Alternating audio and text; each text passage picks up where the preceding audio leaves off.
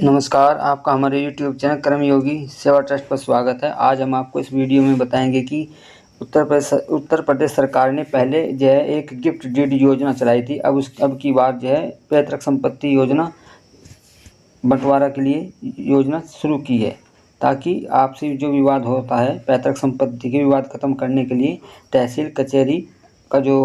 हम चक्कर लगाते रहते हैं उससे निपटाने के लिए जो रविंद्र जायसवाल जो स्टाम्प मंत्री हैं उन्होंने इसकी सूचना दी है। यूपी में जो संपत्ति विवाद के मामले बहुत ज़्यादा हैं। अब तक जब जो भी आदमी था या कोई भी व्यक्ति जिसका संपत्ति विवाद होता था वो तहसील और कोर्ट के चक्कर लगाने के लिए बाध्य होता था। जबकि अब की बार मुख्यमंत्री के जो दिशा निर्देश जारी किए गए हैं उसमें एक नई व्यवस्था लागू की गई है, जिसमें पैतृक संपत्ति से जुड़े विवादों को हमेशा के लिए ख़त्म करने के लिए यह एक प्रयास किया जा रहा है, जिसमें मुख्यमंत्री योगी के दिशा निर्देशों के अनुसार ही ये सारी सहूलियतें कचहरी की भागदौड़ से बचने के लिए सरकार जनता को एक सुविधा देना चाह रही है, जिसमें स्टाम्प एवं रजिस्ट्रेशन विभाग के द्वारा प्रस्ताव बनाया गया है और प्रस्ताव पास होने में कम से कम यूपी के 1 लाख से ज़्यादा जो विवाद हैं वे एक झटके में ख़त्म हो जाएंगे। यही एक सरकार की मंशा रही है कि जो आपसी विवाद हैं वे समाप्त किए जाएं और उनका लाभ दिया जाए। पैतृक संपत्ति के सुविधाजनक और न्यूनतम शुल्क में बंटवारे के लिए स्टाम्प एवं पंजीयन के जो नियम संख्या 45 और 48 में जो संशोधन किया जा रहा है, इसके तहत 4 या इससे भी ज़्यादा की जो पीढ़ियाँ जो समावित्य वाली हैं उनके समावित्य जो उनकी संपत्ति का जो सर्कल रेट है उसकी न्यूनतम या फिक्स रेट करके एक तरह से उस मामले को निपटान के दायरे में लाया जाएगा। वर्तमान में पैतृक संपत्ति के बंटवारे के मामले में लगभग ब्याज दर पर जो रजिस्ट्री शुल्क है वो 30% लगता है। अब सरकार चाह रही है कि इस सारे को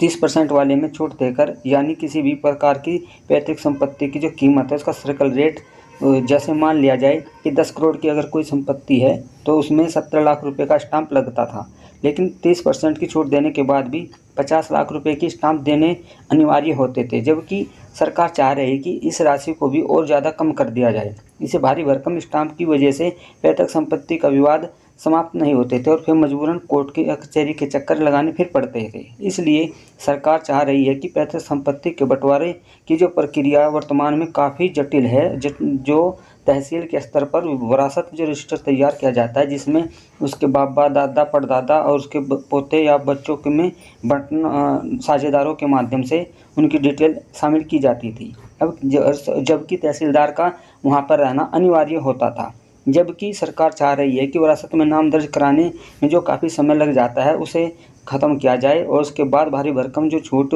स्टाम्प की जो लगता था उसमें छूट दी जाए और आपसी विवाद को समाप्त किया जाए। इसमें लगभग 90% मामलों में प्रॉपर्टी का उपयोग न करने के वाले या तो बाहर के या साझेदार जो आपस में होते थे वे कहते थे कि या तो तू जमा करेगा या वो जमा करेगा जो इसका हकदार होगा। इसलिए आपसी विवाद होने की वजह से शुल्क अदा न करने की इनकार स्थिति में उनका जो मामला था वो कोर्ट में चला जाता था। आखिरकार मामला अदालत में चला गया और उसमें मामला और लंबा खिंच जाता था, जहाँ से सिविल से जुड़े मामले आज तक का रिकॉर्ड रहा है कि लगभग 10-10 साल 20-20 साल तक चलते रहते थे। ये सारे झंझट खत्म करते हुए सरकार ने जिस तरह पहले गिफ्ट डीड को न्यूनतम शुल्क यानी कि 5,000 रुपये की राशि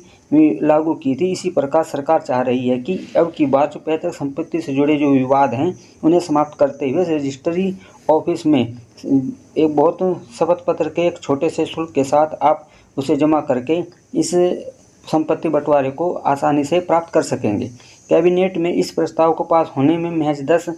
जैसे ये पास हो जाएगा प्रस्ताव, उसके बाद आपका ये मामला होगा संपत्ति का वो महज 10 मिनट के अंतर से पैतृक संपत्ति का विवाद खत्म हो जाएगा। गौरतलब करने की बात यह है कि पहले सरकार ने गिफ्ट डीड को सिर्फ मात्र 5,000 रुपये जो रक्त संबंध यानी कि रिलेशन में होते थे उन्हें जारी करने के लिए सरकार ने आदेश जारी कर दिया गया था, जो अभी भी वर्तमान में लागू हो रहा है। मुख्यमंत्री योगी आदित्यनाथ दिशा निर्देशों पर ही स्टाम्प नियमों को लगातार सरलीकरण यानी कि उन्हें सुलझाया जा रहा है और परिवारों में आपसी भाईचारा बना रहे। इसी वजह से सरकार चाह रही है कि पैतृक संपत्ति के जितने भी विवाद हैं उन्हें ख़त्म करने के लिए एक प्रस्ताव तैयार किया जाए, जिसके अंतर्गत जितने भी ये मामले हैं ये सारे के सारे निमट जाएं। यह सूचना जो दी गई है आपको रविंद्र जायसवाल जो स्टाम्प एवं पंजीयन मंत्री स्वतंत्र प्रभार के उनके माध्यम से दी गई है, ये ताकि आपको भविष्य में इसका लाभ मिल सके।